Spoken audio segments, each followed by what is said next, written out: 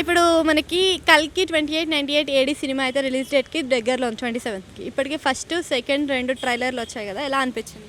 Cinema బాగుంది. Trailer కూడా చూస్తాం, నిన్న ట్రైలర్ 2 లాంచ్ అయినట్టుంది. బాగుంది సినిమా. ఎక్స్పెక్టేషన్స్ కూడా హై లెవెల్లో ఎక్స్పెక్ట్ చేయొచ్చు.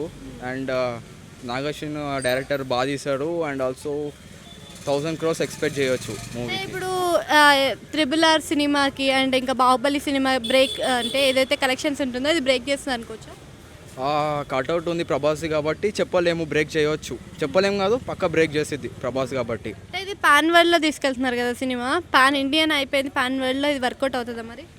అవుద్ది వర్కౌట్ అవుద్ది, పక్కా అవుద్ది. ప్రభాస్ ఇమేజ్ కొంచెం పెరగొచ్చాయి సరే. ఆల్రెడీ పెరిగే ఉంది ప్రభాస్కి, ఇంకా పెరగడానికి ఏం లేదు, ఇంకా డబల్ అవుద్ది. అంటే దీంట్లో దిశా పటానీని హీరోయిన్గా పెట్టారు కదా, దిశా పటానీ ప్లేస్లో అనుష్కని పెడితే ఎలా అనిపిస్తుంది?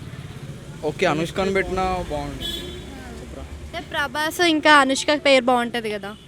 బాగుంటుంది, ఇద్దరు క్యూట్ కపుల్స్ కదా, బాగుంటుంది. అండ్ బాహుబలి కూడా వర్కౌట్ అయింది కాబట్టి వీ కెన్ ఎక్స్పెక్ట్ బాగుంటుంది.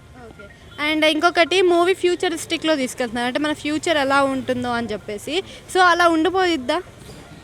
ఉండబోయిద్ది.